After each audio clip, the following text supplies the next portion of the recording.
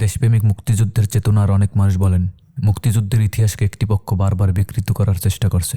বাংলাদেশে বিভিন্ন গুরুত্বপূর্ণ দপ্তরে স্বাধীনতা বিরোধী শক্তির প্রভাব স্পষ্টভাবেই লক্ষ্য করা যায়। ৩ ডিসেম্বর বিসিএসের ৪৭তম লিখিত পরীক্ষায় পাকিস্তানি হানাদার বাহিনীর পরিবর্তে দখলদার এবং মুক্তিযুদ্ধের পরিবর্তে প্রতিরোধ যুদ্ধ এমন ২টি শব্দ এক প্রশ্নে লেখা হয়েছে।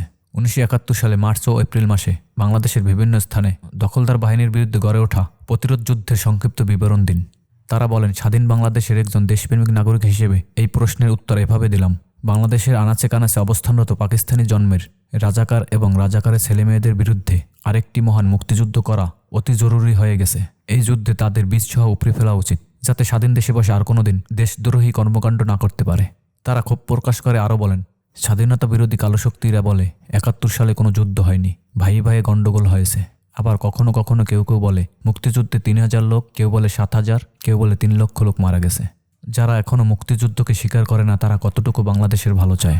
মুখে মিষ্টি মিষ্টি কথা বলে বাঙালির মন জয় করার চেষ্টা করতেছে। আসলে বাঙালির আবেগ বেশি তো, তাই তারাও মানুষ চিনতে ভুল করছে। যখন বাঙালি এদের আসল রূপ দেখবে তখন হারে হারে টের পাবে। আরেকটি কথা না বললেই নয়, যারা স্বাধীনতার বিরোধী শক্তি তারা মুক্তিযুদ্ধের কথা উঠলেই বলে আমরা ৭১ সালকে ধারণ করি, অথচ এটা একবারের জন্যও বলে না আমরা মুক্তিযুদ্ধকে ধারণ করি। যাদেরকে মুক্তিযুদ্ধের বিরোধী শক্তি হিসেবে ধরা হয় সেই দলের বড় এক নেতা সম্প্রতি এক সেমিনারে বলেছিল, আমরা মুক্তিযুদ্ধের বিপক্ষে ছিলাম না, আমরা পাকিস্তান ইউনাইটেড থাকুক সেটা চেয়েছি। এখন আসে ইউনাইটেড অর্থ কী? বিস্তরভাবে ইউনাইটেড অর্থ হলো একত্রিত, ঐক্যবদ্ধ, সংঘবদ্ধ, মিলিত বা সংযুক্ত, যা বোঝায় কিছু ব্যক্তি বা জিনিস একসাথে মিলে একটি দল বা একক সত্তা গঠন করেছে এবং একই লক্ষ্যে কাজ করছে।